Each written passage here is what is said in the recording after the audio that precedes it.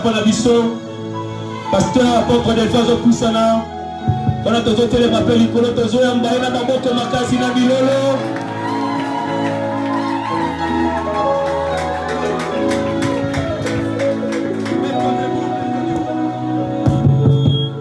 Mettons debout pour la gloire de Dieu. Aujourd'hui c'est une journée exceptionnelle. Une journée pas comme tous les jours. Et pendant que j'étais là, il va me dire une personne qui sera bénie, c'est toi.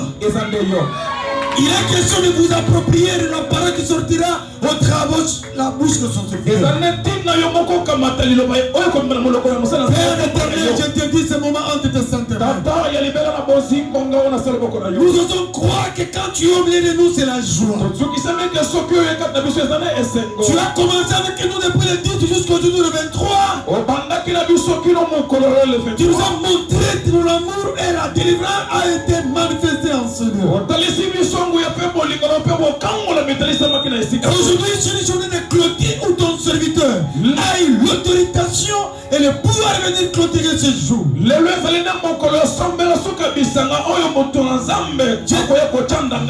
Je t'en supplie de bien vouloir lui utiliser puissamment. Il parle comme une autre personne qui vient de toi et de ton autorité. Que son intelligence disparaisse et que la vôtre puisse apparaître. À présent, je retourne et je prends l'autorité d'anéantir et de démolir tout esprit qui ne glorifie pas ton Seigneur en Seigneur. Nous les chassons au nom de Jésus. Peine à grande prière en Seigneur. Au nom puissant de Jésus-Christ. Amen. Amen. Mais restez toujours debout. Cet homme que je vais devoir vous présenter, c'est un ministre de Dieu. Il est chez lui. Il est chez lui. C'est votre père. À présent, j'invite le pasteur Bateau. Quand ce père qui s'approche, applaudissez très fort.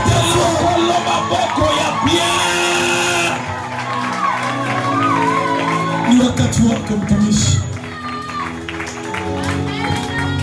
Amen. Amen.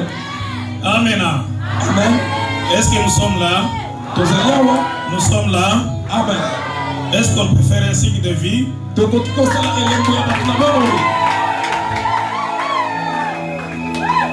pouvons nous asseoir. Amen.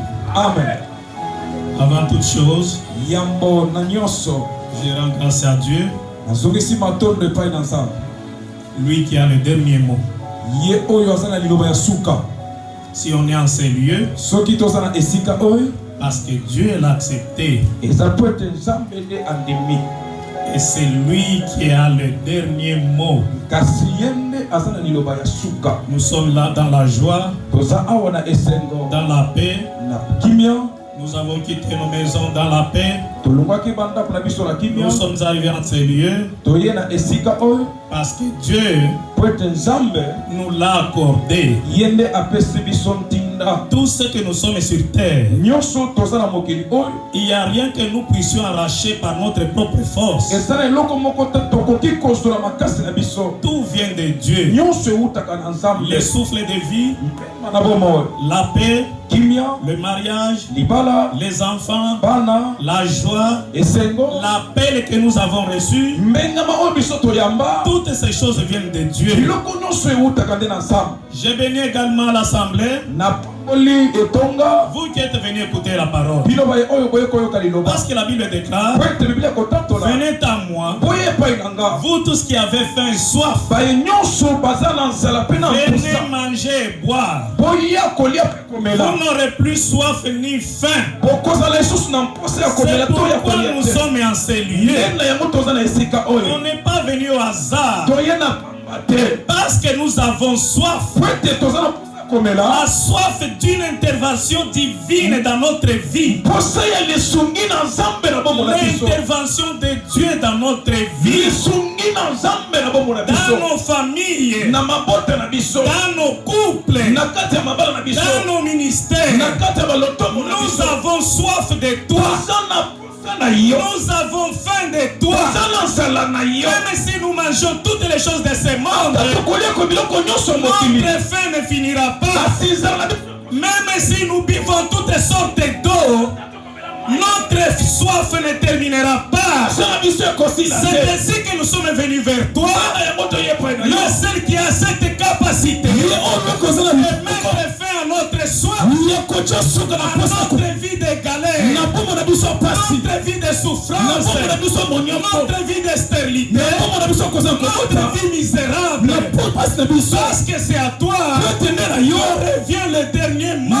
Le dernier mot ne revient ni à nos femmes, ça ne revient pas à nos maris, ça ne revient pas à nos voisins, ça ne revient pas à nos collègues de service. Le dernier mot revient à Dieu. La Bible déclare qu'un enfant de Dieu ne meurt jamais.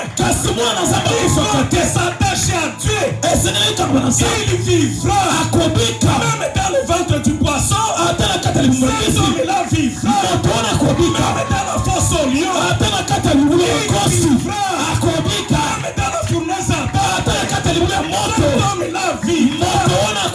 Sera aussi grâce l'évêque qui me fait plaisir encore de venir en ces lieux. Je voudrais lui dire que depuis que moi j'ai commencé à servir Dieu, ça fait plus d'une vingtaine d'années, je n'ai jamais monté la chair en dehors de mon église. Je n'ai jamais accepté à un appel. Je n'ai jamais accepté ça. Je ne l'ai jamais fait. La première fois que je suis monté à la chair, en dehors de notre assemblée, c'est en ces lieux. C'est pourquoi j'ai dit que la chair est trop chère. On ne les donne pas à n'importe qui. On ne les donne pas à n'importe qui. Ça, c'est sa chair. Il a accepté qu'aujourd'hui aussi, je sois le maître de cette chair. Alléluia. Amen. Nous sommes aujourd'hui la clôture de notre séminaire. C'est un jour très important. Pendant toute la semaine, j'ai travaillé sur un thème. J'arrive hier soir et l'esprit me dit, ce n'est pas ça. Je suis en train, il m'a initié, il m'a permis de pouvoir comprendre le message qu'il fallait transmettre à l'église aujourd'hui. Avant toutes choses, je rentre en 2024. En 2024, entre les mois de juillet et août, on a eu un séminaire de 50 jours. 50 jours dans la présence du Seigneur, dans notre assemblée. Pendant les 50 jours, il m'arriva un jour que j'ai fait une prière, et cette prière-là avait bougé le trône de Dieu. Le trône de Dieu avait bougé. J'ai quitté la dimension naturelle. Je suis entré dans une dimension surnaturelle. Je me suis dans la prière, approché devant Dieu. J'ai senti jusqu'à ce que l'Éternel n'était plus loin de moi. Il était tout proche de moi. J'ai dit que ce moment était un moment agréable, un moment formidable de pouvoir aussi lui parler. Quand je lui ai parlé, bien aimé, le trône de Dieu a bougé. Le ciel n'est pas resté tranquille. Le ciel a eu d'agitation. Qu'est-ce que j'ai dit à Dieu? J'ai dit au Seigneur, pendant 50 jours, dans ta présence, 50 jours, dans ta présence, sans aucun miracle, sans aucun prodige, 50 jours, les malades sont restés malades, les pauvres sont restés pauvres. Beaucoup dans cette église, ils n'ont même pas mangé, ils n'ont même pas les moyens pour payer les loyers, ils n'ont même pas l'argent pour aller à l'hôpital, ils n'ont même pas l'argent pour payer les transports, ils n'ont pas l'argent de scolariser les enfants. 50 jours, nous sommes devant ta face. Qu'est-ce que tu as changé? Dis-nous que tu as changé. À ce moment-là, nous allons chercher un homme. Parce que tu es devenu incapable. Parce que tu ne fais plus rien. Oh, Dieu a changé. Qu'est-ce que tu as changé? Pendant que la Bible déclare, tu es le même. Aujourd'hui, éternellement, je constate que dans notre période, Dieu a changé.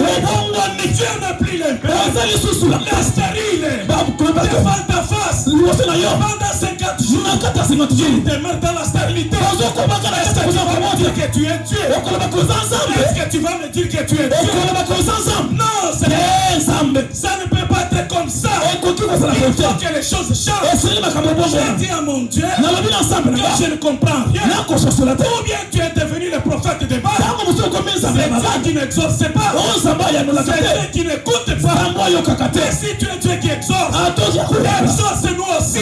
Réponds à notre prière. Exauce à ton peuple. Ils sont dans l'amertume, affligés par la pauvreté. Ils sont dans la douleur. Ils sont dépourvus de tout. Pendant que nous invoquons, pendant que nous venons vers toi, est-ce que tu nous as abandonnés? Est-ce que tu nous as donné notre chemin? Je t'ai concentré. Je fais cette prière avec beaucoup d'amertume. J'ai dit non. Le Dieu d'Élie, le Dieu d'Élie a changé. Ce n'est plus celui que nous invoquons. Le Dieu de Daniel à Babylone, ce Dieu-là, il a changé. Ce n'est pas celui que nous invoquons aujourd'hui. J'ai fait la prière. Et après la prière, je suis allé à la maison. J'ai dormi pendant la nuit. Vers 2h, 3h du matin, le Seigneur me visita. Le Seigneur me visita. Pendant cette nuit-là, il me dit 3 choses. Je voudrais aussi que vous puissiez le retenir. La première des choses, il faudrait comprendre que notre prière n'est pas vaine. C'est comme une semence. Une semence sur une terre fertile. La prière n'est pas vaine. Dieu, il a besoin à ce que tout chrétien puisse s'aimer et puis récolter. C'est ce que Dieu veut. Pendant cette nuit, le Seigneur me visite. J'écoute. Il me dit 3 choses. La première chose, c'était une voix très forte. Il me dit, pourquoi cette humilité? L'humilité, c'est une agitation accompagnée de beaucoup de bruit. Ma prière a fait bouger les tons. L'agitation est arrivée jusqu'au Seigneur. L'humilité, c'est comme un cri de larmes. Un cri de larmes. C'est comme les passagers qui sont dans un bateau. Et le bateau est en train de chavirer. Quand on est sous l'eau, le bateau est en train de chavirer. Et vous verrez que tous les passagers sont en train de lancer des cris. Ils lancent des cris d'alerte. Ils lancent des cris de secours. Ils sont chacun agités. Après avoir dit sorti ces choses, il me revient encore. Il me dit, lorsque vous là vous mourrez, est-ce que vous mourrez tous les mêmes jours? Il me dit ça. Lorsque vous mourrez, vous mourrez tous les mêmes jours. Mais quand on est enseigné, il va me dire que tous on va mourir le même jour. On ne mourra pas le même jour. Parce que chacun a son jour. Il a son jour. J'ai écouté la troisième fois. Maintenant cette voix était douce. Elle était très apaisée. Elle était douce. Et la troisième fois me dit, c'est comme ça aussi avec ma bénédiction. C'est comme ça aussi avec ma bénédiction.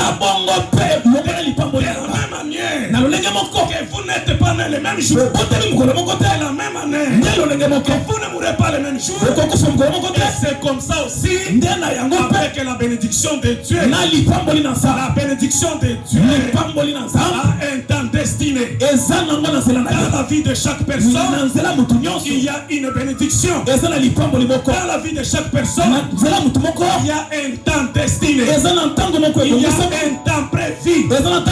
Sur cette terre, on n'est pas venu par la volonté des hommes. On n'est pas venu par notre propre volonté. On n'est pas venu par la volonté de nos parents. Nous sommes venus par la volonté du Très-Haut. Par la volonté de Dieu. C'est qui est important pour un chrétien, c'est de rester debout, rester ferme dans tes voies, jusqu'à ce que ton jour meilleur arrive. Parce que dans la vie de chaque personne, il y a une vie meilleure qui attend. Avant que tu sois né, avant que tu sois conçu, Dieu t'avait connu. Il sait ton début, il sait ton parcours, il connaît aussi ta fin. C'est pour vous dire que reste ferme dans la présence de Dieu. C'est ce qu'il voit un chrétien. C'est ce qui est très important. Bien aimé dans le Seigneur, je vais commencer par un témoignage, peut-être un ou deux. Ce témoignage, lorsque j'ai écouté, ce témoignage a changé ma vie.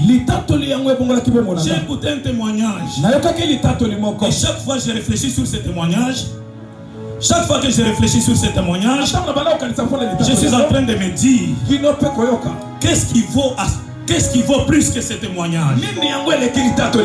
Qu'est-ce qui vaut plus que ce témoignage dans la vie des chrétiens?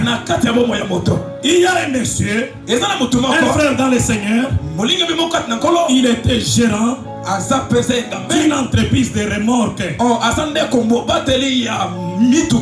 en Afrique australe. On appelle ça les tracts. Ce sont des camions remorques. Il était gérant de cette entreprise. Et ces camions, il faisait le trajet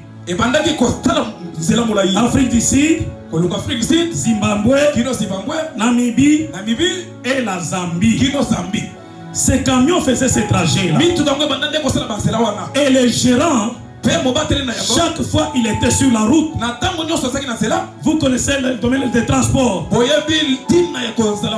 Parfois c'est à la douane où il y a des complications. Parfois ce sont des pannes sur la route. Parfois ce sont des cas de vol. Parfois c'est la frontière entre tel et tel autre pays. Et chaque fois il était sur la route. Et un jour, pendant qu'il dormait, il est surpris de voir les criminels entrer dans la chambre où il dormait. Ils sont entrés avec des armes. Pendant qu'il voulait bouger pour crier, c'était déjà trop tard. Et Écoutez ce que lui dit le bandit. Il lui dit, sois calme. Nous sommes déjà entrés. Nos armes aussi sont là. Mais aujourd'hui là, on est venu pour autre chose. On n'est pas venu pour te tuer. On est venu pour autre chose. Le monsieur essaie de se calmer. Et puis il dit, qu'est-ce que vous voulez alors? Écoutez le langage des criminels. Nous sommes venus pas pour te tuer. Mais aujourd'hui là, on est venu à ce que tu nous donnes ton numéro. On est venu pour que... Pas numéro chombo. Numéro papa. Le numéro magique.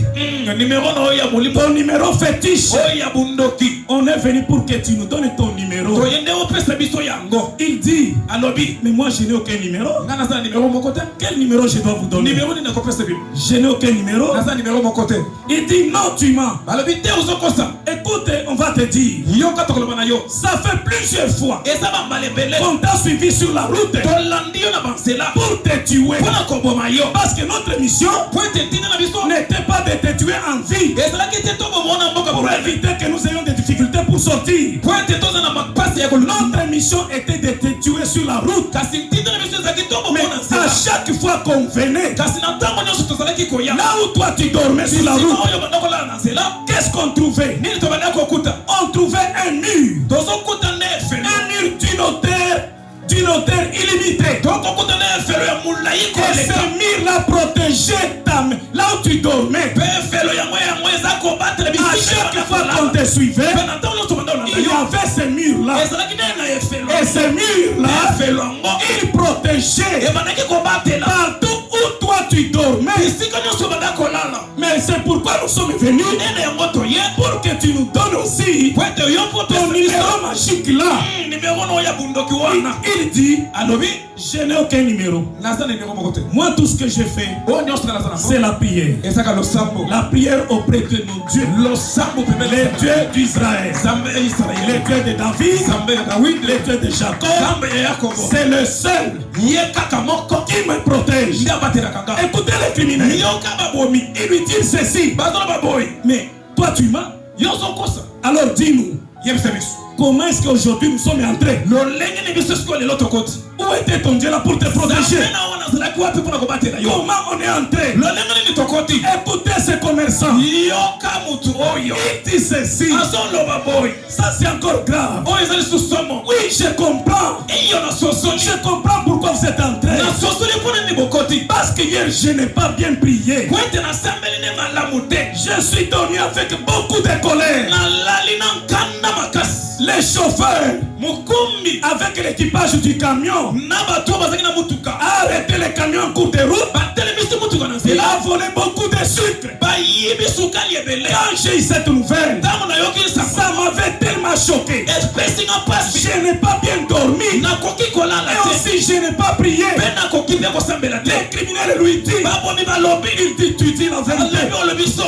Parce que quand on est venu là, les mille qui te protègent là, on l'avait trouvé. Il était là. Mais seulement, il avait laissé des petites issues. Il a laissé des petites issues. C'est comme ça que on s'est faufilé sur ces issues là jusqu'à entrer là où tu es. Et alors, nous jetons nos armes. Nous nous inclinons devant toi. Priez ton Dieu là. Il nous protège aussi. Il nous protège aussi. Priez ton Dieu là. Partout nous serons. Il nous protège aussi. C'est pourquoi aujourd'hui j'ai intitulé notre thème de ce jour la puissance de la prière. La puissance de la prière.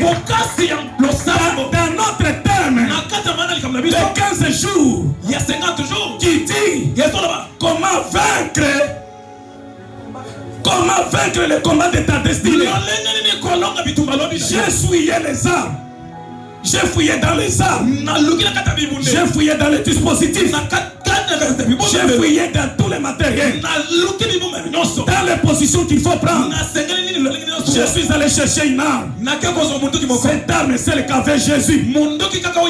La Bible déclare imitez-moi comme j'imite mon Père. Jésus, sur cette terre, il a tout vaincu. Pas avec des armes, pas avec des coups de tête, pas avec des coups de pied. C'était avec la prière. C'était avec la prière. Lorsqu'il priait, les malades guérissent, les boiteux marchent, les aveugles voient, les sourds-muets entendent, les morts aussi reviennent à la vie. Ça, c'est la force de la prière. Bien-aimé dans le Seigneur, la prière, c'est quelque chose de trop puissant. La prière, elle est d'une puissance illimitée. Lorsqu'une église néglige la prière, cette église-là a perdu le sens d'être. Elle a perdu le sens d'être. Lorsqu'un chrétien il néglige la prière, c'est-à-dire que ce chrétien a négligé sa vie. Ce chrétien a négligé sa vie. Lorsqu'un chrétien, une femme néglige la prière, elle a négligé sa vie. Elle a négligé la vie de son mari. Elle a négligé aussi la vie de ses enfants. Lorsqu'un homme néglige la prière, il a négligé son avenir. Il a négligé la paix dans son foyer. Il a négligé la stabilité. Il a négligé la victoire contre tous ses ennemis. C'est ça l'importance de la prière. Nous allons lire un verset qui va nous aider de continuer avec notre prière. On va lire dans le livre d'Ésaïe, Ésaïe chapitre 38, verset 1 jusqu'à 5. On peut lire dans les livres d'Ésaïe chapitre 38, verset 1 jusqu'à 5. Nous lisons la parole du Seigneur au nom de Jésus. Amen. Amen. Ésaïe chapitre 38, verset 1 à 5. En ces temps-là, Ézéchias fut malade à la mort. Le prophète Ésaïe, fils d'Amon, vint auprès de lui et lui dit: Ainsi parle l'Éternel, donne tes ordres à ta maison, car tu vas mourir, et tu ne vivras plus. Ézéchias tourna son visage contre le mur, et fit cette prière à l'Éternel: Ô Éternel, souviens-toi que j'ai marché devant ta face avec fidélité et intégrité de cœur, et que j'ai fait ce qui est bien à tes yeux. Et Ézéchias répondit d'abondantes larmes. Puis la parole de l'Éternel fut adressée à Ésaïe en ces mots: Va et dis à Ézéchias, ainsi parle l'Éternel, le Dieu de David, ton père. J'ai entendu ta prière, j'ai vu tes larmes. Voici, j'ajouterai à tes jours 15 années de plus. Parole du Seigneur. Amen. Que le Seigneur bénisse la lecture. Amen. Amen. La prière, c'est l'arme fatale que je voudrais vous laisser en ces lieux. Que vous sachiez que la prière est une puissance. La prière, une puissance inébranlable. Et l'église qui néglige la prière, elle n'a pas son sens d'être. Et les chrétiens qui négligent la prière, il a négligé sa vie. Il a négligé sa vie. Vous savez, sur cette terre, tous nous sommes fragiles. Tous nous sommes fragiles. Tous nous sommes faibles. Il n'y a aucun homme sur terre qui peut nous dire que lui est le tout-puissant. Le tout-puissant sur cette terre n'existe pas. Les tout-puissants n'existent pas. Nous sommes en train de voir même les rois sont vulnérables. Même les présidents de la République, ils sont vulnérables. Même les armées les plus fortes, elles sont toujours vulnérables. Même si nous conduisons, nous menons quelle sorte de vie, sachez que nous sommes toujours vulnérables. Nous sommes faibles. Il n'y a personne qui peut se taper la poitrine pour dire il est le tout-puissant. Il n'y a pas de tout-puissant sur la terre. Il n'existe même pas. Moussé a été battu dans son domicile par son propre garde du corps. Il n'est pas vulnérable. Qui peut se dire qu'il est trop puissant? Alors nous sommes faibles. Comme nous sommes faibles, comme nous sommes vulnérables, nous devons nous attacher à quelque chose qui est puissante. Et cette chose-là, pour tout chrétien, c'est la prière. C'est la prière. Ne néglige pas la prière.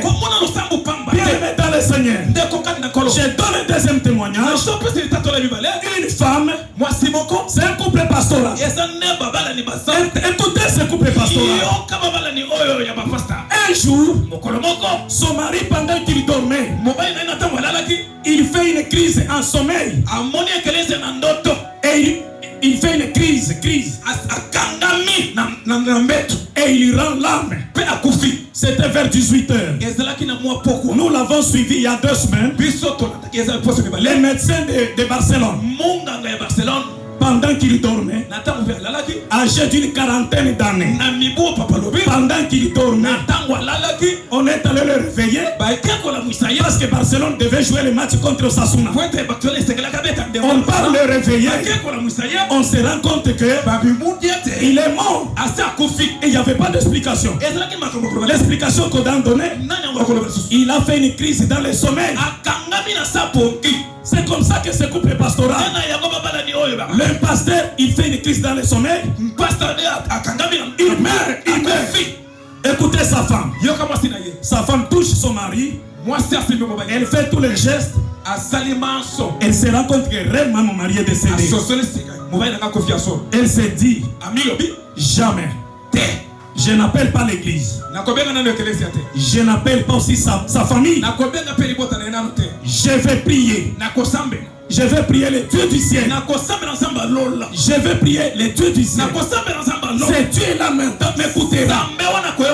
De 18h à 6h du matin, la femme laisse son mari au lit cadavre.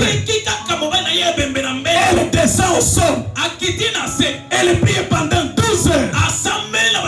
Jusqu'à 6h du matin. Elle entend la voix de son mari. Son mari lui dit, pourquoi tu pries comme ça? Et la femme lui dit, l'Éternel a exaucé ma prière. Tu étais mort. J'ai invoqué mon Dieu. J'ai prié à Dieu. Dieu m'a écouté. Dieu a exaucé ma prière. Aujourd'hui, ce couple est vivant. Elle vit maintenant en Australie. Jusqu'à ce jour. Donc, si cette femme n'avait pas prié, et alors son mari devait mourir. C'est comme ça que tu peux aussi mourir avant l'âge. Par manque de la prière. Par manque de la prière, tu meurs avant l'âge. La volonté de Dieu n'est pas d'être ce que nous sommes. Des pauvres, des misérables, des malheureux. Ça, c'est la volonté du diable. C'est pas la volonté de Dieu. La volonté de Dieu est de nous voir prospérer. De nous voir prospérer. C'est ça la volonté de Dieu. Pour prospérer, mais il faut prier. Il faut prier. Restez ferme dans ta prière jusqu'à ce que ton jour arrive. La Bible déclare Ézéchias, il était très malade. Il était à l'agonie. Il était très malade. À l'agonie. La Bible déclare, le prophète Esaïe, il arrivé vers Ézéchias. Il trouve Ézéchias malade. Il lui dit, ainsi parle l'Éternel. Ézéchias, ainsi parle l'Éternel. Les Dieu d'Israël, tu vas mourir. Tu vas mourir. Il n'est pas allé par 4 chemins. Il lui a dit tout droit. Et ainsi parle qui? Ce n'est pas moi le prophète qui parle. Ce n'est pas quelqu'un d'autre qui m'a envoyé. C'est l'Éternel qui m'a envoyé. C'est lui qui connaît tout. C'est lui qui voit tout. C'est lui qui sonde tout. Il a vu que tes jours sont terminés. Tu vas mourir. Toi, Ézéchias, tu ne vivras plus. Tu ne vivras plus. La Bible déclare, Ézéchias, après avoir écouté ce message, la Bible déclare, il tourna sa face contre mur. Il tourna sa face contre mur. Il dit à l'Éternel, oh mon Dieu, souviens-toi que j'ai de ce que j'étais. J'étais devant toi, fidèle et intègre. J'ai respecté tes voix. Souviens-toi de moi. La Bible déclare, Ézéchias répandit d'abondantes larmes. Il pleura mêlement. Il dit au Seigneur, dans la prière, la Bible déclare, Ézéchias, il adressa à Dieu cette prière. Là, c'est la force de la prière. La force de la prière, la puissance de la prière peut confondre même les prophètes, peut changer même la volonté de Dieu. La force de la prière. Ézéchias n'a pas travaillé. Ézéchias n'a pas pleurniché. Écoutez ce que lui dit Esaïe. Il lui dit Ézéchias, donne les ordres à ta maison. C'est-à-dire fais un testament. Tu vas mourir. Tu ne vivras pas. C'est ainsi par le Dieu. Ainsi par l'Éternel. Ézéchias, il tourna sa face. Il va contre mur. La Bible déclare, il dit, oh mon Dieu, souviens-toi de moi. Souviens-toi de ce que j'étais, de ce que j'étais fidèle devant ta face. Souviens-toi de moi. Souviens-toi de moi. Parce que j'étais intègre. Parce que j'étais fidèle. Bien-aimé dans le Seigneur, un enfant de Dieu ne meurt pas. Un enfant de Dieu ne meurt pas bêtement. Nous mourons par manque de connaissance. Nous mourons par négligence. Nous mourons parce que nous ne comprenons rien. La Bible déclare, l'Éternel au ciel, Dieu au ciel, il écoute sa prière. Il envoie encore Esaïe. Il lui dit, il vient devant Ézéchias, toujours très malade.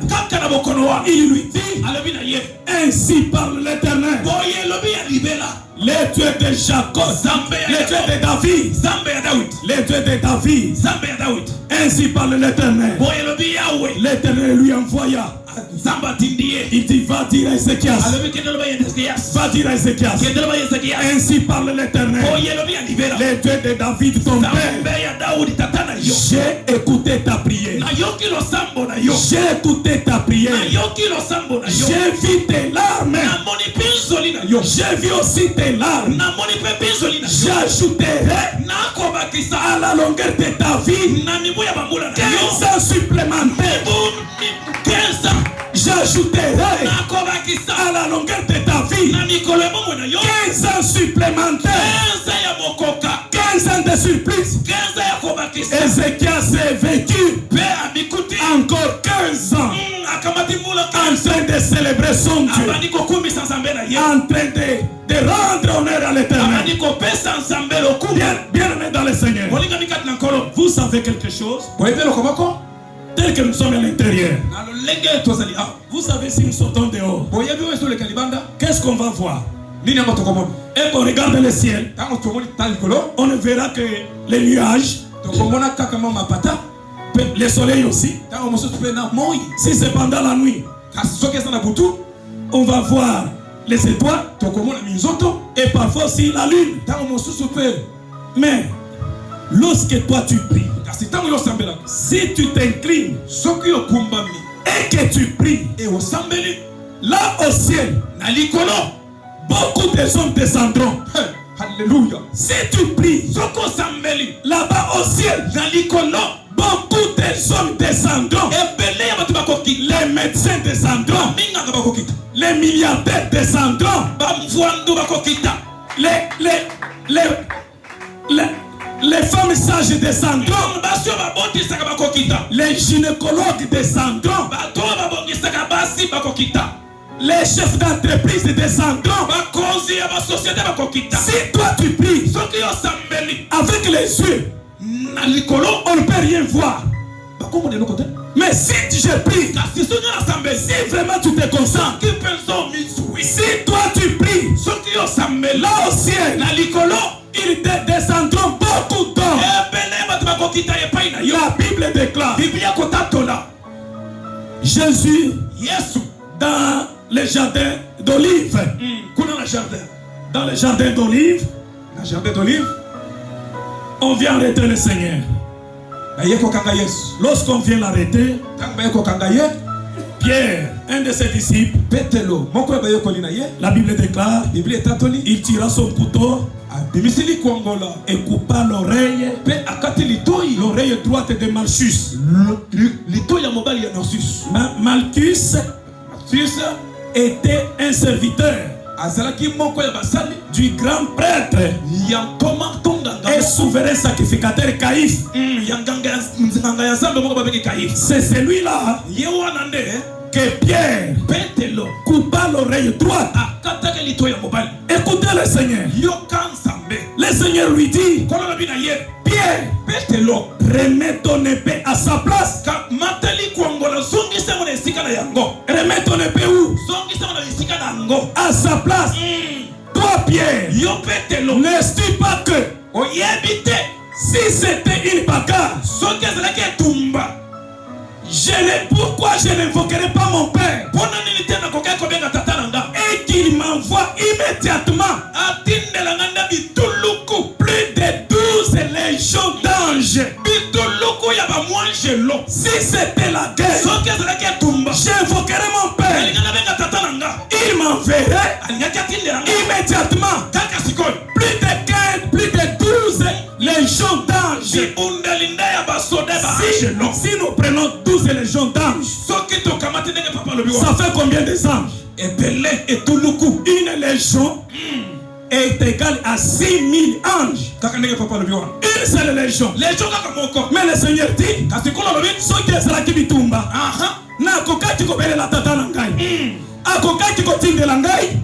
plus de 12 légions d'anges. Si nous prenons seulement 12 fois 6 000, ça fait combien? Ça fait 72 000 anges. Mais si nous allons plus de 12 000, si nous allons plus de 12 légions, nous les disons peut-être à 20 légions, ça ferait combien? 120 000 anges. C'est pourquoi on vous dit là au ciel, il n'y a pas un homme, mais il y a des hommes. Si toi tu prends ta cause, tu l'as présenté à Dieu, il y a prié et blagué. Dans la plupart des cas, nous blaguons. Nous sommes trop faibles. Non, ça ne fait pas du bien. On est trop faibles. Dans la plupart des cas, quand j'ai écouté ce témoignage, le dimanche passé, j'étais dans notre église, j'ai prié, j'ai dit alors, je suis en retard, même si je me dis que j'ai pris beaucoup, mais par rapport à ce témoignage, je me vois encore en retard. Je dois augmenter, je dois multiplier, je dois m'approcher davantage. J'ai prié dans ce culte, c'était le dimanche, j'ai prié dans ce culte. tunique était mouillée. J'étais mouillé. L'orateur de ce jour, il m'a dit, pasteur, passe d'abord devant. Mais saluez d'abord l'église. J'ai salué l'église. Et puis il a dit, est-ce que vous êtes en train de voir cet homme? Mais dans moi j'avais un secret. J'avais compris qu'est-ce que c'est la puissance. Comment être puissant. Comment devenir puissant. Comment devenir puissant. J'avais compris ça. J'ai dit je ne serai plus dans la distraction. Parfois nous prions comme des comédiens. Dieu c'est un homme. L'église de Dieu. Dieu c'est un homme. Si tu as besoin de lui parler, parle-lui comme il sait toi. Si tu as besoin de lui parler, parle-lui comme s'il sait toi. Si tu as besoin de prier, priez comme un homme qui est au bout. Un homme qui est au bout. Il n'a ni père, il n'a ni mère. Qu'est-ce que nos parents aujourd'hui, ils peuvent encore faire pour nous? Certains sont morts. Certains sont déjà morts. D'autres sont devenus trop vieux. Quand nous allons près de nos amis et des collègues, c'est la rage, c'est la haine, c'est l'envie de tuer, c'est la jalousie. Mais auprès de Dieu, il y a la vie. Donc je n'ai plus droit de négliger la prière. Parce que négliger la prière, c'est négliger ta vie. Là tu as négligé ta vie. La Bible déclare, lorsque Jésus s'entend que son temps est venu, l'heure de la mort est arrivée, Jésus se retira.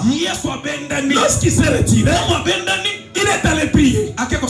Quand il a prié, parce qu'il avait l'amertume, il sentait la mort venir. Il avait l'amertume.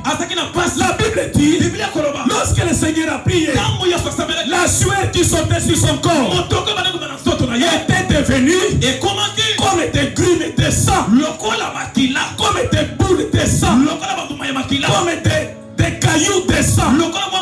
Parce que Christ, il sentait sa misère, il sentait sa mort en train de s'approcher. Mais toi aussi, je ne sais pas quelle mort qui t'approche. Quelle mort qui t'approche. Mais lorsque tu sens que la situation est compliquée, la situation est difficile, on a prié, on a semé, on a tout fait, les choses sont restées les mêmes, les choses n'ont pas changé. Change de dimension. Priez aussi comme un homme qui est arrivé au bout. Priez aussi. Recommande ton sort à Dieu. Recommande ta situation à Dieu. Recommande ta vie à Dieu. Dieu t'exaucera. Dieu t'exaucera. Vous savez Dieu. Dieu répond toujours à ceux qui lui demandent. Dieu répond. Lorsqu'on l'appelle, on est déterminé. Appelez le Seigneur. Dieu répond. Quand il descend, la Bible déclare, quand il rend visite à son père, il est redoutable. Il est redoutable. Il est incomparable. Il est inestimable. Il est multidimensionnel. Il est illimité. Lorsqu'il rend visite à son père, il est illimité. Dieu exauce tout ce qu'il invoque. Si vous l'invoquez, Dieu t'exaucera. La Bible déclare, sentez ta misère. Ne soyez pas dans la joie. Sentez ta misère. Sentez ta souffrance. Tout est difficile. Mais vous avez la clé. Vous avez la puissance. La puissance c'est la prière. Cette prière, c'est ça la puissance qu'a fait Jésus. Cette prière là, c'est ce qui a sauvé Ézéchias. C'était la prière. Cette prière là, c'est ce qui a ressuscité Lazare. Et la prière a ressuscité Lazare. La Bible déclare, lorsque le Seigneur arriva sur le tombeau de Lazare, il dit à son père, je sais une chose, que toi, tu m'as toujours écouté. Tu m'as toujours écouté. Je sais que tu m'as toujours écouté. Je sais que tu m'as toujours écouté. Tout ce que nous demandons à son nom, il nous l'accordera. Mais quittez la distraction. Quittez la distraction. La Bible déclare, Daniel à Babylone. Daniel à Babylone. Le roi Nebuchadnezzar, il décida avec ses serviteurs qu'il soit jeté dans la fosse au lion. La Bible dit, si Daniel priait 3 fois par jour, mais David chantait pour son Dieu 7 fois par jour, Daniel n'avait aucune force. Il n'avait que la prière. La prière est une puissance. La prière c'est une force. Elle est capable de briser le béton. Elle est capable de briser tous les complots de l'ennemi. Elle est capable de détruire tous les liens de ta famille. Si tu pries bien, tu les verras. Tu les rencontreras. Bien aimé dans le Seigneur, Daniel a accepté qu'il soit jeté dans la fosse au lion. Mais ça c'est pas une chose facile. Être jeté dans la fosse au lion, c'est signer la mort. C'est-à-dire qu'il avait signé sa mort parce qu'il n'y avait pas de possibilité pour pouvoir les sauver. Mais la Bible déclare, Daniel, il invoquait son Dieu 3 fois par jour. 3 fois. Et quand il est entré dans la fosse au lion, la Bible déclare, les dieux du ciel, il envoya les anges pour fermer la gueule des lions. Si toi tu pries bien, les dieux ton Dieu là, il fermera la gueule même de tes ennemis. Alléluia. Bien aimé dans le Seigneur, si tu pries bien, non j'en ai convaincu. Si tu pries bien, même la gueule de tes ennemis se fermeront. Elles se fermeront. Ils n'oseront même pas. Ils ne te toucheront pas. Ils ne s'approcheront pas. Si vraiment tu pries, la Bible déclare, Shadrach, Meshach, Abednego, c'était aussi à Babylone. On part chez le roi, on dit, on accuse ces 3 juifs. Qu'est-ce qu'on dit? Oh roi, comment n'est-ce pas tu as donné l'ordre qu'ici à Babylone, lorsque vous entendrez le son de la trompette, vous adorerez et vous vous agenouillerez devant la statue d'or que moi je vais fabriquer. Mais ces 3 serviteurs n'obéissent point à Dieu. Ils sont accusés devant le roi que ces 3 juifs là n'ont tiré aucune attention à tes ordres. Ils ont bafoué et saboté. Ils ont saboté tes ordres. La Bible déclare, le roi demanda ce que qu'on lui amène Shadrach, Meshach, Abednego. On lui amena ces 3 serviteurs. Écoutez ce que dit le roi. Shadrach, Meshach, Abednego. Cette fois-ci, en entendre parler, on se rend compte que le roi avait beaucoup d'estime envers ses serviteurs, parce qu'il n'a pas pris la décision immédiate. Il a dit, Shadrach, Meshach, Abednego, cette fois-ci, lorsque vous entendrez le son de la trompette, vous devez adorer la statue d'or que moi j'ai fabriquée. Écoutez ces hommes de Dieu. Qu'est-ce qu'il dit au roi? Il dit au roi, nous n'avons même pas le temps d'aller réfléchir. On n'a pas le temps d'aller réfléchir. Mais ce que nous connaissons, notre Dieu peut nous délivrer de la fournaise ardente. Il nous délivrera aussi de ta main. Il nous délivrera aussi de ta main.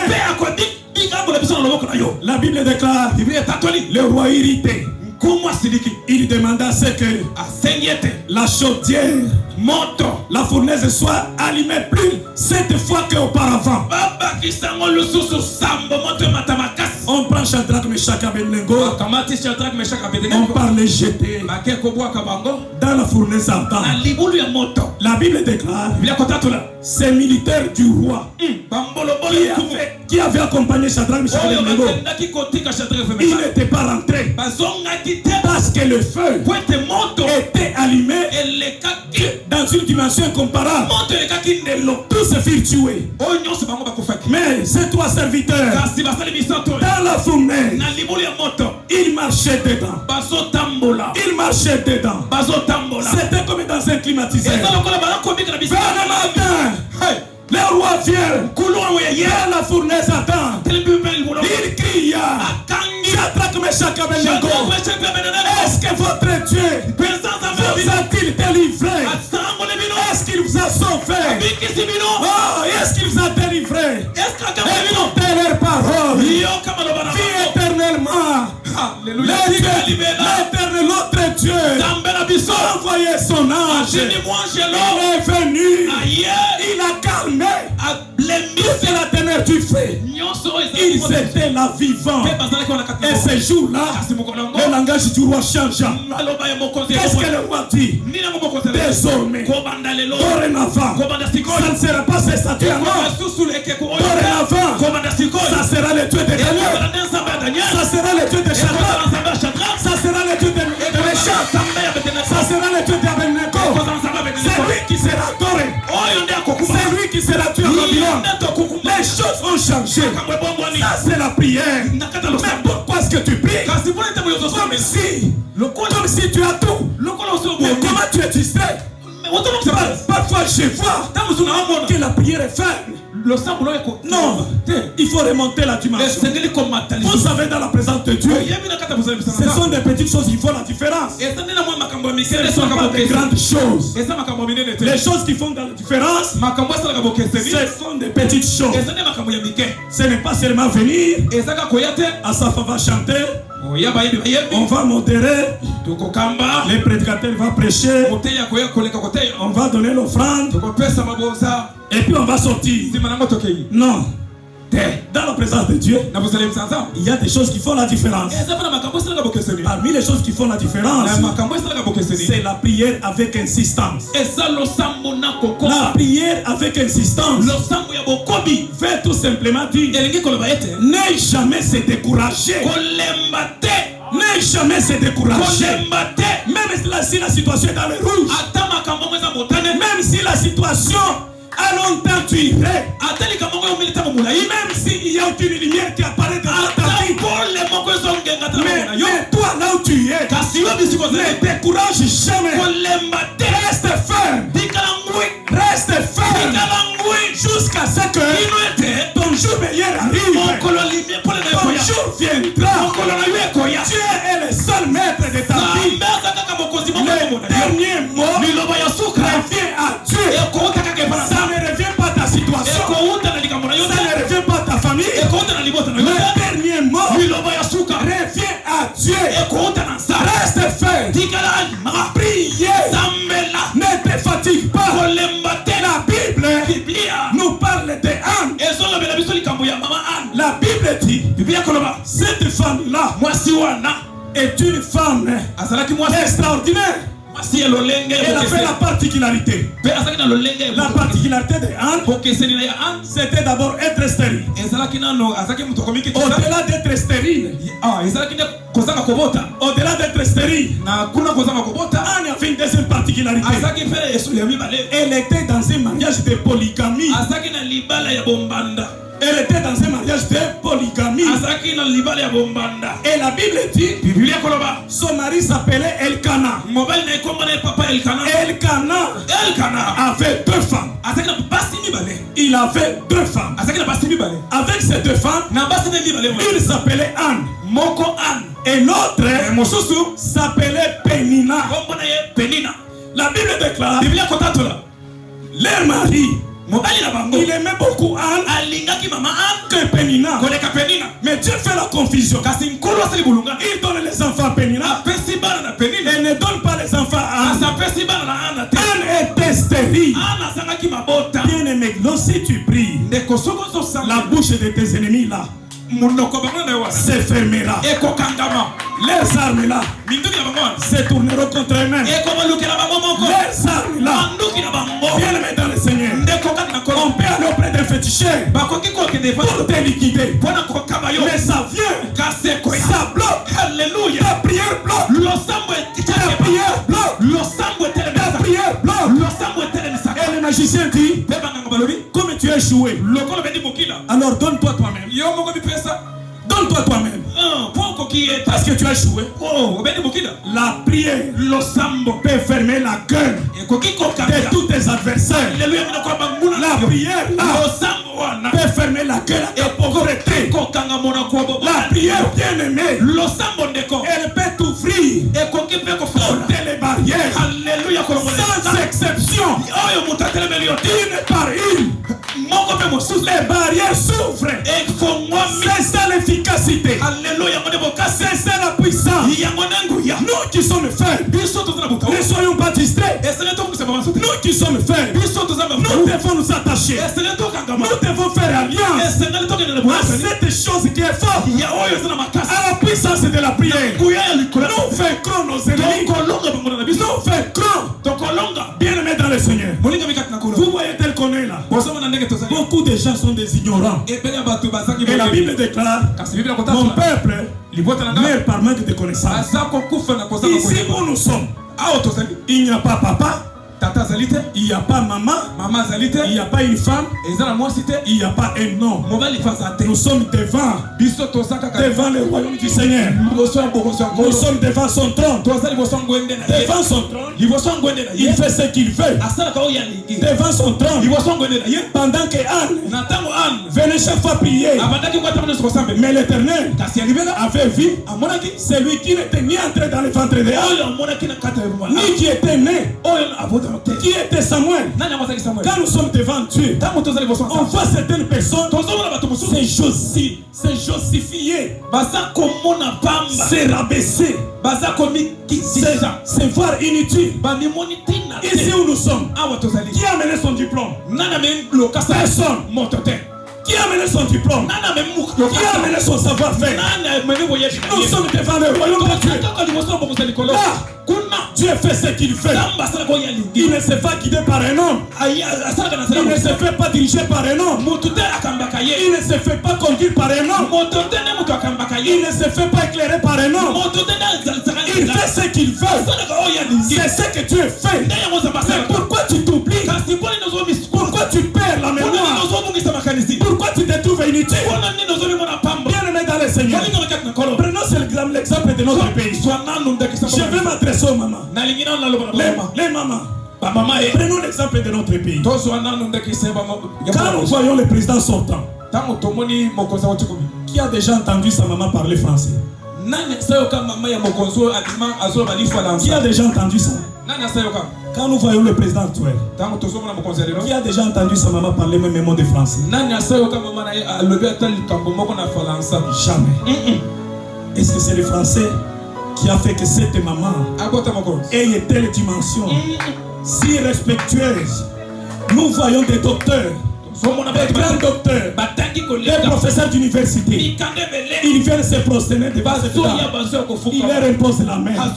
Moi je me dis, Les choses de Dieu, c'est pour confondre les sages. Mais toi, tu te minimises. Si tu n'as pas de diplôme, mais tu as tué. Tu m'as donné le ventre. Tu m'as donné le ventre. Ici, là, c'est un trésor. Des docteurs sortiront ici. Des ministres ici. Des généraux ici. Des juristes ici. Des avocats ici. Des procureurs ici. Des milliardaires ici. Des millionnaires ici. Mais voilà un homme. Un homme qui a la foi. Un homme qui prie. C'est comme ça que les enfants de Dieu doivent s'approcher devant la face de Dieu. Non, ce n'est pas encore terminé. Ce n'est pas encore fini. Mais il faut dire à ton Dieu, mais moi je n'ai pas eu le temps d'étudier. Moi je n'ai pas de diplôme. Mais regarde mon ventre. Mon ventre ici ne portera que le roi. Mon ventre ici ne portera que les ministres. Mon ventre ici ne portera que des généraux. Mon ventre ici ne portera que des millionnaires. Dieu le fera. Dieu te le rendra. Pourquoi tu te minimises? Pourquoi tu te vois inutile? Demandez à Dieu. Il te donnera. Dieu te donnera ces choses. Restez ferme. Restez debout. Priez bien aimé. Priez avec insistance. Jusqu'à ce que ton jour aussi vienne. Jusqu'à ce que ton jour vienne. Quand on voit ces mamans, elles sont rajeunies. Elles sont au sommet. Elles n'ont pas de diplôme. L'Éternel les a visitées. Vouloir ou pas, c'est Dieu qui a visité. C'est Dieu qui a fait. Vouloir ou pas, Dieu l'a accompli. Je veux qu'aujourd'hui, que cette visitation-là vienne aussi dans ta vie. Que tu sentes tes entrailles bouchées. Si au Congo, on ne donne pas d'emploi, tu engages. Tu engages. Tu jour et nuit. L'Éternel engage. C'est à toi de se lever. C'est à toi de comprendre. Où se cache ma force? Ma force se cache où? C'est pas dans la distraction. C'est pas dans les choses passagères. Ce n'est pas dans la jeunesse. Ce n'est pas dans les diplômes.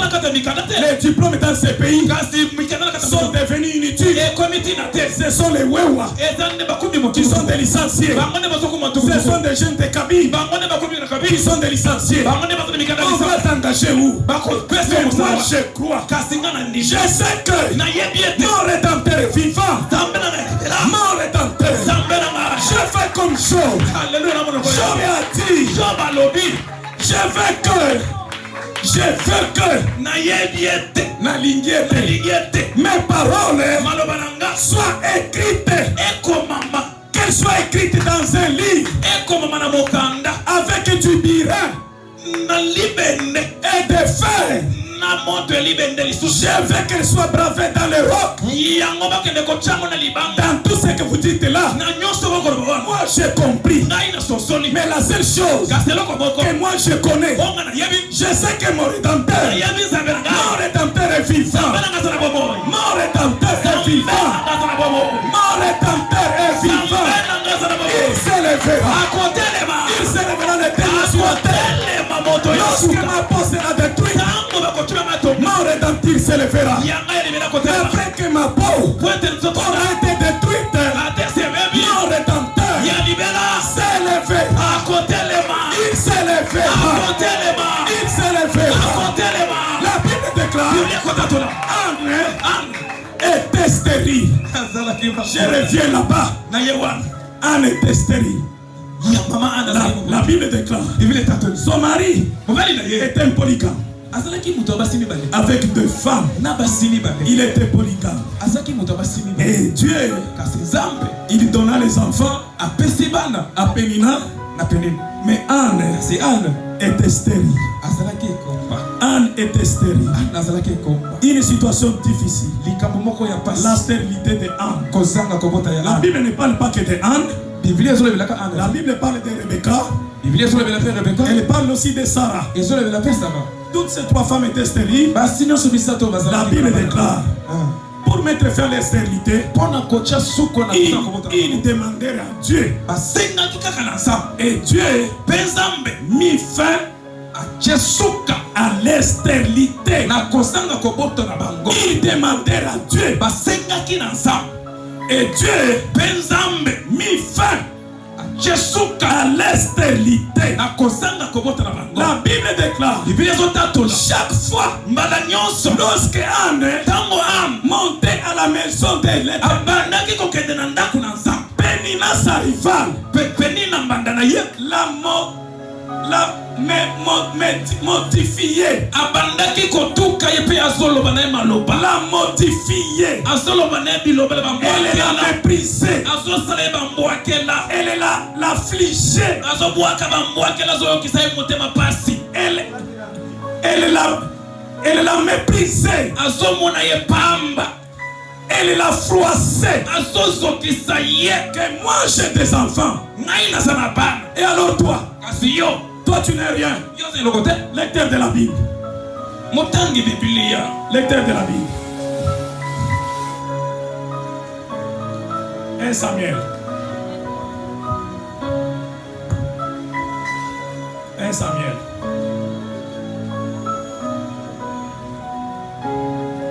Chapitre 1. On va aller très doucement. On ne m'a pas dit quand est-ce que je vais arrêter. Peut-être que j'ai déjà passé l'heure. Officiers. Ce n'est pas au pasteur de gérer l'heure, ce sont les officiers. Ces jours-là, on m'avait donné un papier qui m'a aidé. Aujourd'hui, je suis vide. Aidez-moi. Je ne peux plus continuer. Aidez-moi. Aidez-moi. Non, qu'on m'aide d'abord à me dire quand est-ce qu'on doit arrêter. C'est comme s'il est déjà temps. On ne m'a pas dit l'heure, s'il vous plaît. J'ai besoin d'un papier ici. J'ai besoin d'une petite note ici.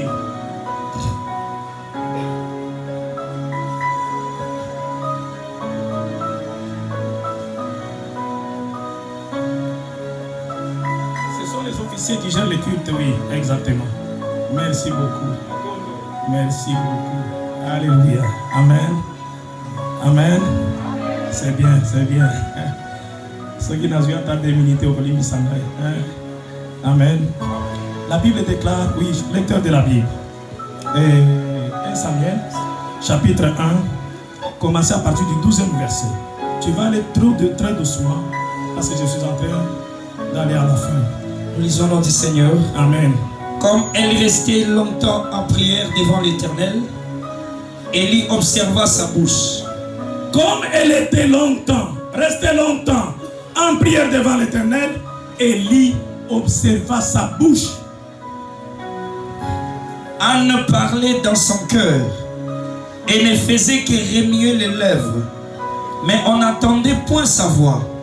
Élie pensant qu'elle était ivre, et il lui dit: jusqu'à quand seras-tu dans l'ivresse? Fais passer ton vin. Anne répondit: non, mon Seigneur, je suis une femme qui souffre en son cœur, et je n'ai bu ni vin, ni boisson enivrante, mais je répandais mon âme devant l'Éternel. Amen. Amen. Tu vas rester là-bas, mon frère. La Bible déclare Anne stérile. Anne stérile. Pendant sa stérilité, elle était l'objet des offenses, des mépris par sa rivale. La Bible déclare, comme elle est restée longtemps en prière devant l'Éternel, Élie observa sa bouche. Le prophète Élie, il observe la bouche de Anne. Mais la Bible déclare rester longtemps dans la prière signifie prier avec insistance. Prier avec insistance. Prier avec insistance signifie ne ni douter, ni décourager. Anne ne s'était jamais découragée. Elle priait avec insistance. La Bible dit, Anne priait dans son cœur. Et quand elle priait dans son cœur, il faisait sortir aucune parole. Elle faisait qu'elle remuait ses lèvres. Elle faisait qu'elle remuait ses lèvres. Parce qu'elle avait longtemps demeuré dans la prière. Il y avait l'épuisement. Il y avait la fatigue. Mais elle a continué. Elle a continué à prier. Peut-être que tu peux te dire, ça fait 2 ans, ça fait 3 ans. L'apôtre est témoin. Quand on est venu au Seigneur, ça n'a pas été facile. Ça nous a pris beaucoup de temps. Ça nous a pris beaucoup de temps. Beaucoup de années. Ce n'était pas difficile. Et chaque jour, je vous ai dit ici que parfois j'étais devenu comme un fou. Je sors sur le boulevard, j'appelle l'Éternel. Je dis Seigneur, qu'est-ce que je vois là? Ce sont les véhicules qui passent. Mais ma prière a traîné. Ma prière a tué. Est-ce que ces gens, ils te craignent plus que moi? Est-ce qu'ils sont fidèles plus que moi? Est-ce qu'ils obéissent à tes lois plus que moi? Je l'ai évoqué.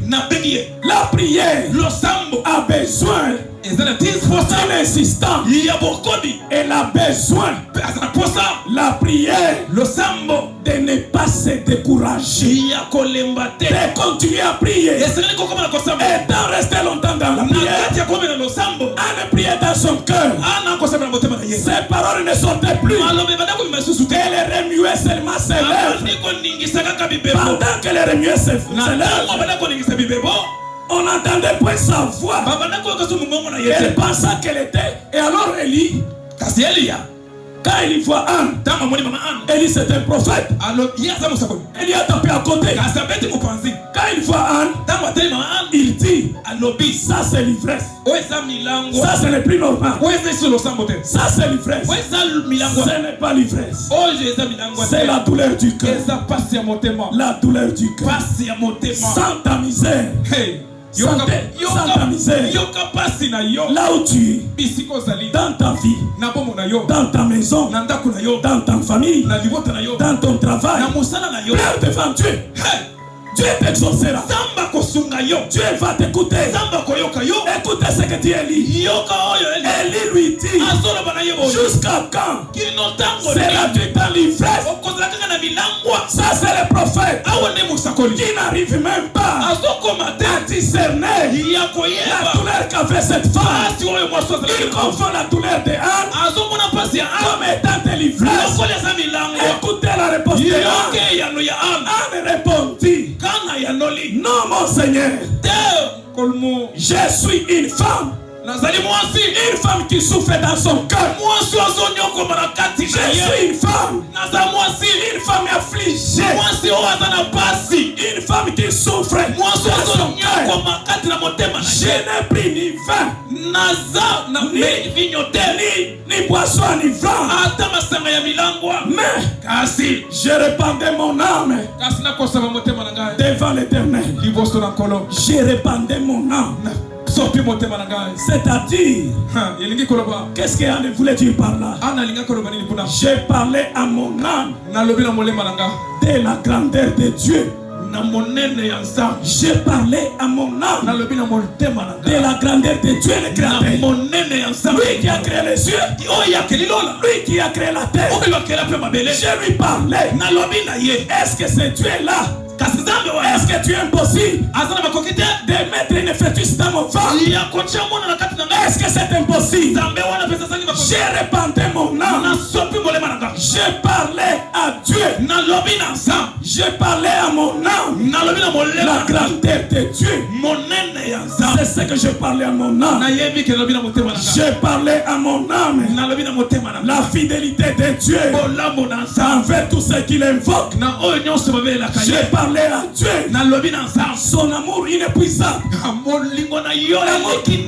amour inépuisable. C'était la prière de Anne. Écoutez la réponse du prophète. Le prophète dit, Anne continua. Ne prends pas ta servante pour une femme perverse, car c'est l'excès de ma douleur et de mon chagrin qui m'a fait parler jusqu'à présent. Car c'est l'excès de ma douleur. Je ne sais pas la douleur que tu as. C'est l'excès de ma douleur, l'excès de mon chagrin qui me fait parler jusqu'à ce moment.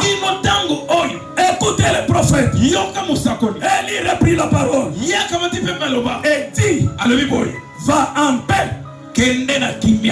Va en paix. Même Élie était confondu. Écoutez ces paroles. Il dit à la femme, va en paix. Et que le Dieu d'Israël écoute ta prière. Quel est Dieu d'Israël? Exauce ta prière. Et qu'il te donne ce que tu lui demandes. Quel est Dieu d'Israël? Exauce ta prière. Qu'il te donne ce que tu lui demandes. Elle dit à l'Éternel, fais grâce à cette femme. Exauce sa prière. J'étais avec madame aujourd'hui. Quand elle m'a vu méditer cette parole, elle me dit, cette prière, cette prédication, c'est elle qui m'a délivré. Parce que moi aussi je n'avais pas d'enfant. Et quand je n'avais pas d'enfant, j'avais fait la différence. Un homme qui est au bout, un homme qui a atteint ses limites, il a son attitude, il a son comportement. Quand vous voyez Anne, son attitude, son comportement c'est différencié de toutes les femmes. Même le prophèt, il s'est trompé. Même le prophète n'a pas compris. Son attitude prouvait qu'elle est arrivée au bout. Madame me dit, j'étais devenu comme une folle. J'ai monté à la montagne. Mes bijoux, j'ai enlevé. J'ai donné à l'église mon argent. Quand j'ai cherché ce Dieu-là, l'Éternel m'a exaucé. L'Éternel m'a exaucé. Aujourd'hui, je suis mère des enfants. Je suis mère des enfants. La Bible déclare, lorsque Anne a quitté devant Élie, pendant tout ce temps, Anne ne faisait que pleurer. Et Anne ne mangeait point. La Bible déclare, même son mari lui dit, jusqu'à quand tu resteras triste? Jusqu'à quand tu vas cesser de pleurer? Jusqu'à quand tu vas cesser? Tu vas cesser de manger? Est-ce que moi, ton mari, je ne vois pas devant toi, puisque tu es enfant? Mais Anne ne voulait pas l'écouter. Elle était restée ferme. Elle était endurante dans sa prière. La prière, c'est une force. Elle te bloque. Elle ouvre toutes les portes fermées. Elle a la capacité de changer même certaines parties du corps. Certaines parties du corps abîmées. La prière a cette capacité-là. Elle a cet atout-là. Une femme, un jour, elle met au monde avec des difficultés. Elle mettait au monde avec des difficultés. Une femme. Elle dit au médecin, après cet enfant, il faut couper les trompes. Je ne voudrais plus mettre au monde parce que j'ai trop risqué. Le médecin finit son opération. Il sort l'enfant et coupe les trompes. 3 ans, 4 ans, 5 ans après, la femme, elle s'est dit, qu'elle devait encore mettre au monde. Mais on m'a arraché les troncs. Qu'est-ce que je vais faire? Elle part chez l'homme de Dieu. Elle lui dit, moi là, on m'a arraché les troncs. C'est-à-dire, naturellement, il est impossible de concevoir. Mais c'est que je te demande, prie, Zambela ton Dieu là, il va remplacer mes troncs. L'homme de Dieu pria.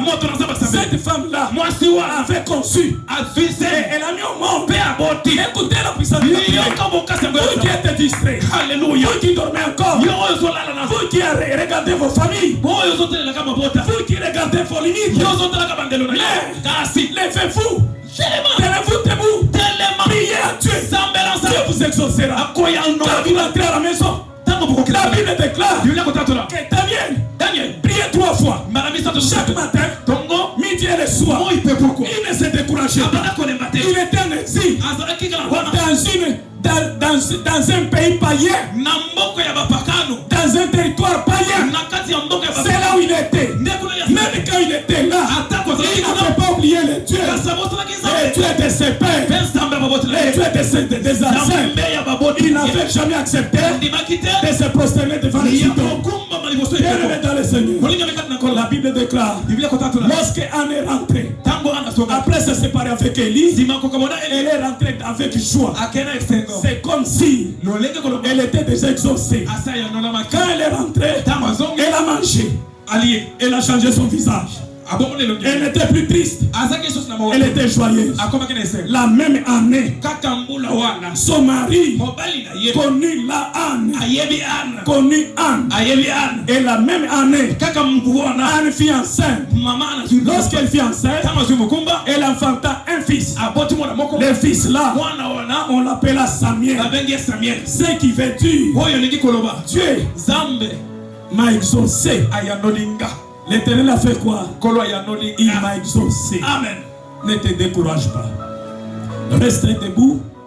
Quand les jours meilleurs arrivent, il ne faut pas croire que les jours meilleurs sont pour les voisins.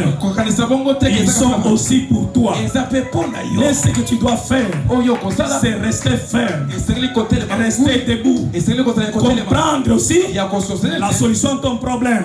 La prière, c'est une puissance qui peut fermer tes ennemis la bouche.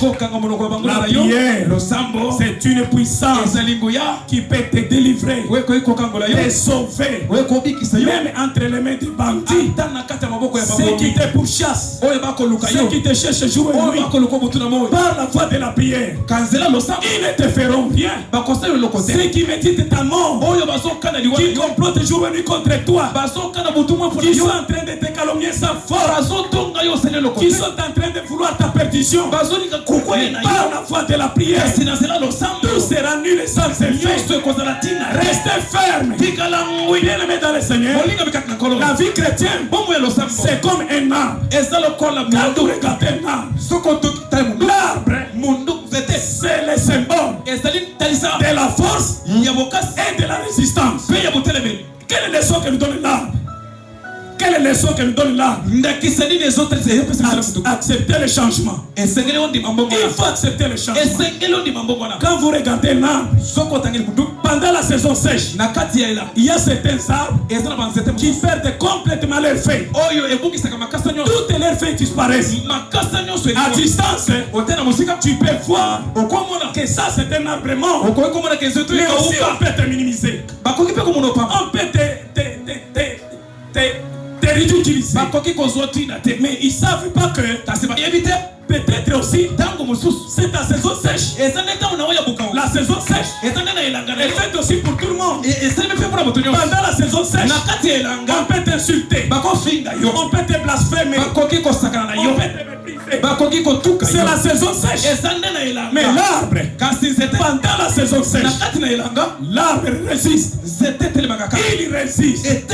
Même quand il perd tous ses feuilles, mais l'arbre résiste. L'arbre ne te court décourage pas. Il résiste. Quand il résiste, il attend quelque chose. Qu'est-ce qu'il attend? Ce sont les jours meilleurs. Il attend les jours meilleurs. Les jours meilleurs, c'est faire le 9e mois. Vous verrez un peu de nuages. Et puis il y a des foudres. Et puis ça sera les gouttes. Après les gouttes, ça sera une forte pluie. Et après les fruits, la pluie, ça sera les meilleurs jours. Les meilleurs jours venir. L'arbre ne s'en souviendra même pas. Et je venais d'une saison sèche. Elle va oublier tout ça. Elle est entrée dans sa saison meilleure. Restez ferme devant le Seigneur. Dans vos prières, ne découragez pas. Restez ferme. Les jours meilleurs arrivent jusqu'à ce que ton jour aussi arrive. Reste ferme. Ne vois pas ta vie. Ne te regarde pas. Parce que c'est lui qui est devant nous. Lorsqu'on l'invoque, des millions de anges. Alléluia. Il descend. Et quand il descend, c'est pour apporter la solution. Bien-aimé dans le Seigneur, ce message est très important. Vous m'excuserez parce que j'ai encore débordé. Je suis tellement désolé. J'ai encore débordé. Vous m'en excuserez. Restez avec le Seigneur. Ne l'équipe pas. Priez avec insistance. Chantez avec insistance. Servez-les avec insistance. Ne décourage pas jusqu'à ce que ton jour meilleur arrive. Tes jours meilleurs sont faits pour tout le monde. Si toi tu te négliges, c'est que tu es ignorant. Mais si tu connais cet homme, celle qui a répondu Anne, qui a répondu à la prière de Anne, et qui a répondu à la prière de Daniel, bien aimé dans le Seigneur. Un enfant de Dieu, il ne meurt jamais, à moins que tu te livres toi-même. Même dans les fournaises à mais toi tu vivras. Même dans les ventres des poissons comme Jonas, toi tu vivras. Même devant les lions, parce que David aussi a été devant les lions. Et la Bible déclare. Un jour, David dit, si l'Éternel n'était pas mon Dieu, ma chair serait déjà dévorée par les bêtes sauvages et les oiseaux du ciel. Lorsque les lions surgissent devant moi, je n'avais ni force, ni quoi autre. Je n'avais que mon Dieu. Je n'avais qu'à ma prière. J'invoqua le Seigneur et Dieu m'exauça. David qui est un homme, il déchira la gueule du lion. Ne vous découragez pas. La situation que tu as, c'est une saison sèche. Pendant la saison sèche, on sent des douleurs. Parfois il y a des épreuves difficiles, mais on sent des douleurs. Mais ce que tu dois faire, ce qui est très important pour toi, ne t'enlise jamais dans le désespoir. Ne tombe jamais dans le désespoir. Reste ferme dans la prière. Ton jour meilleur aussi arrive. Que le Seigneur vous bénisse. C'est l'heure de l'offrande. C'est l'heure de l'offrande.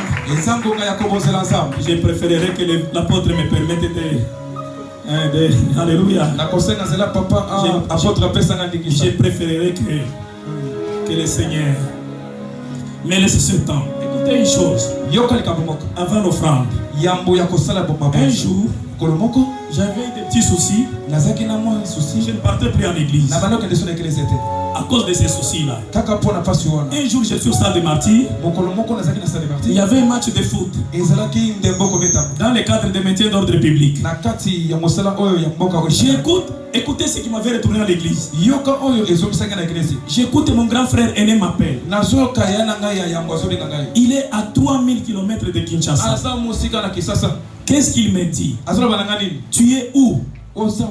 J'ai dit c'était un dimanche. J'ai dit je suis au stade. Je suis au stade pour le service. Il me dit ainsi parle l'Éternel.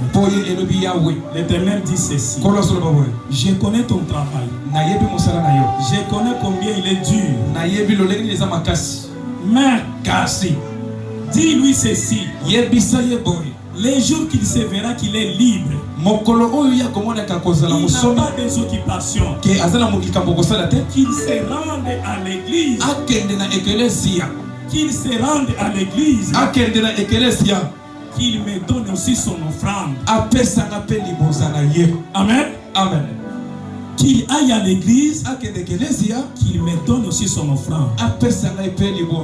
Mais le Dieu qui ne mange pas l'argent, qui ne mange pas les dîmes, il a demandé mon offrande. Ces jours-là, j'ai compris combien est-ce que l'offrande, mon offrande, était très important pour ma vie. J'ai compris combien mon offrande était très important pour ma vie. J'ai compris combien mon argent était plus important pour ma vie. Vous aussi, après avoir écouté ces messages, préparez vos offrandes. Vous voulez offrir au Seigneur. Et alors, je descendrai de la chair.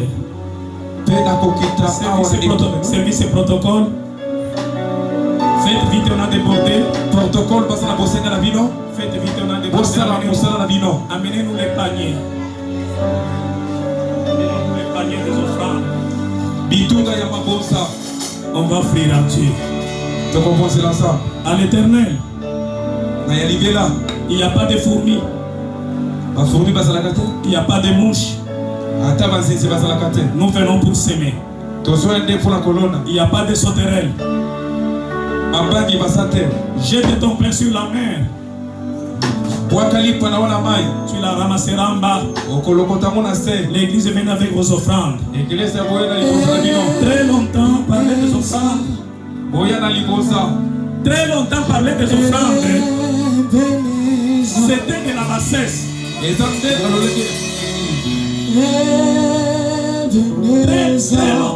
Très longtemps parler des offrandes. Très longtemps parler des offrandes. C'est de la bassesse. C'est comme un peuple qui ne connaît pas son Dieu. C'est comme un peuple qui ne connaît pas la valeur de son Dieu. Notre Dieu aime quand on offre avec joie. Offrez à Dieu avec joie. Selon ce que tu l'as consenti dans ton cœur. Selon ce que ce Dieu-là est pour toi. Offrez à l'Éternel avec joie.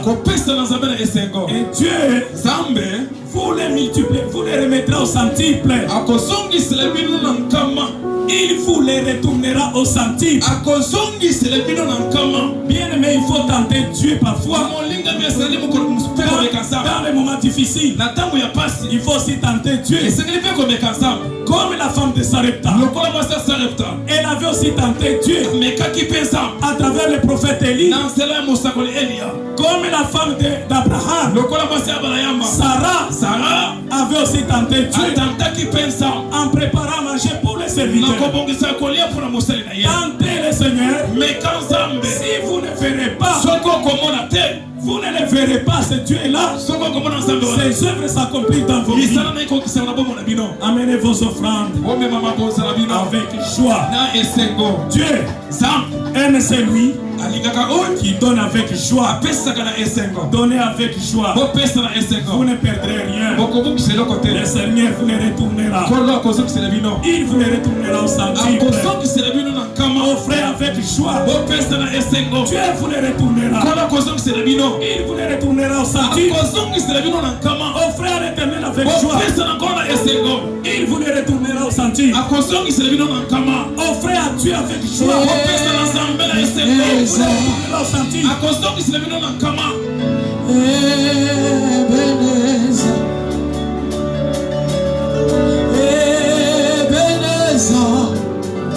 Jusqu'ici, tu m'as secouru.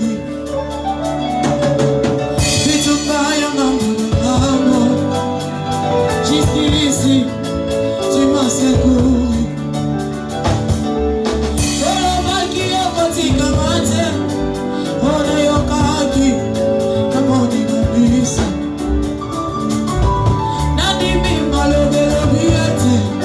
Si tu es pour moi, qui sera contre moi?